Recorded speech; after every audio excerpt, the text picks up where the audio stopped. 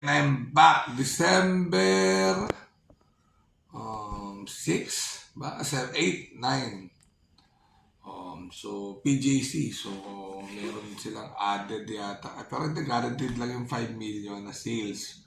So, what is that? Usually naman, pag Wednesday naman, 6 million tayo. So, walang bearing yon.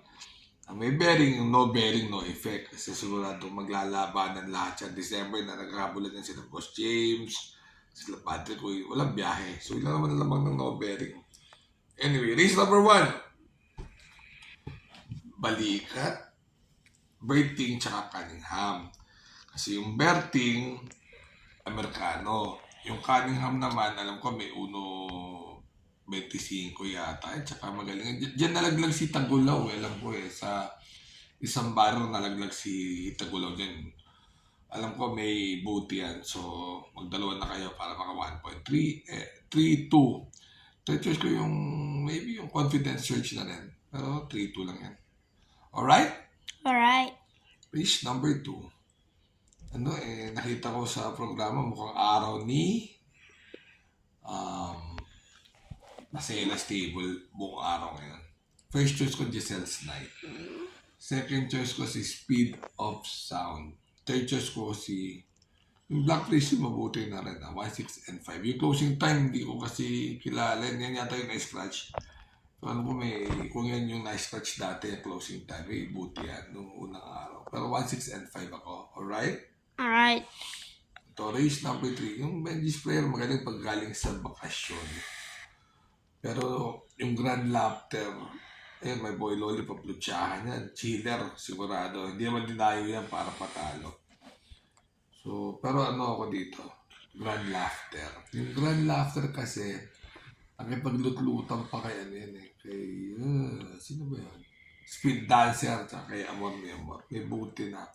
Although nung tumakbo siya nung last race, kila Jubilong yata, walang nakuha. Pero parang dito siya magaling sa karerang ito. May mga ganong kabayo di ba? So, mukhang dito siya magaling. 6. Second choice ko yung keynote speaker. Sa totoo lang, medyo nakakaangat sa buhay yan. Third choice ko si chiller na rin. Dahil, 1-3, chiller ako. Pero masyado mabilis yung first page dito. Bakbakan ka agad yan. Alright? Alright. 6, 8, and 5. Keynote speaker, parang... Ito race number 4. Yung tricky ito kasi Tuscan ni Eagle. Tinalo niya na si Bid for Fame sa datingan. Ang tinalo naman ni Bid for Fame, sila Kalens. So, tricky. Pero, kung gusto nyo mga live, magdalawa na kayo dyan. 7, 6. Third choice ko yung Morning After. Alright. May buti rin yan. Okay. Race number 5 naman.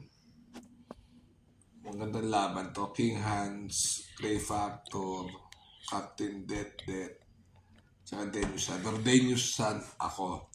Yung Danius San kasi sabi ko masyadong napupunto ngayon yan. 1-3 Carrera. Second choice ko si King Hans. Kasi baka makasolo baka wala namang rason si Uno para ipatalo siya. Kasi makarami rason niya. Third choice ko si Gray Factor. 6, 3, and 4. Alright. Alright. Race number 6. Mega, Patok, Lucency. Tagulaw, Sarate. Tingin ko, nung nakita nila ito ng buti ng kalaban si Barate, 1-8 pa. Ito ngayon, ang distansya ay 1-3. Diyos me, parang walang tatalo. Lulucha si Sprewell. Pero baka dyan na siya malumpo. Tingin ko baka dumiskarte na lang ng maayos yan. Second choice ko si yung couple entry number 2. Dalawang Amerikano. Third choice ko yung Great Sash. Mukhang winner na to sa abroad. 8, 2, and 5. Pero sobrang galing ng 8. Sobrang galing panolo na. Last race. Take a chance. Parang dinayo dito para lamang. Mukhang lamang. Pero syempre, tricky pa rin. Second choice ko si Malibu Princess. Magaling yung huling panalo. Hindi na inarte yan. Pakakapitan siya ngayon.